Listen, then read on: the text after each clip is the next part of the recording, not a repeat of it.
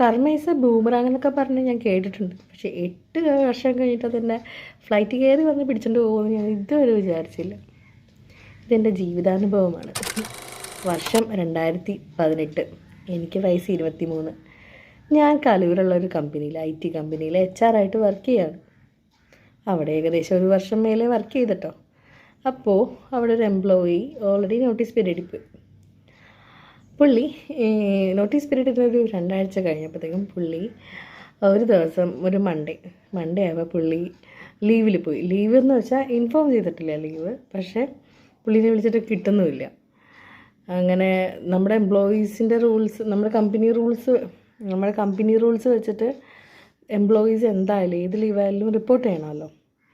ആ ഒരു കേസ് അന്ന് ഉണ്ടായി. പിറ്റേ ദിവസമായപ്പോഴത്തേക്കും ഞങ്ങളുടെ MD പറഞ്ഞു പുള്ളീനെ പറഞ്ഞു വിടാൻ പറഞ്ഞ് എന്നെ ഏൽപ്പിച്ചു.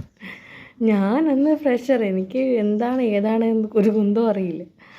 അങ്ങനെ എന്തൊക്കെയോ എംപ്ലോയി ആയിട്ട് ഞാൻ കുറച്ച് കമ്പനി ഉണ്ടായതുകൊണ്ട് പുള്ളി അത് ഇഷ്യൂ ആക്കിയില്ല. പക്ഷേ ഭയങ്കരമായിട്ട് ഹേർട്ടായിട്ടുണ്ടാവും.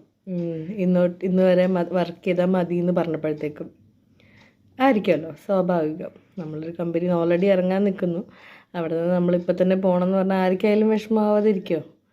പുള്ളിക്കായിട്ടുണ്ടാവണം.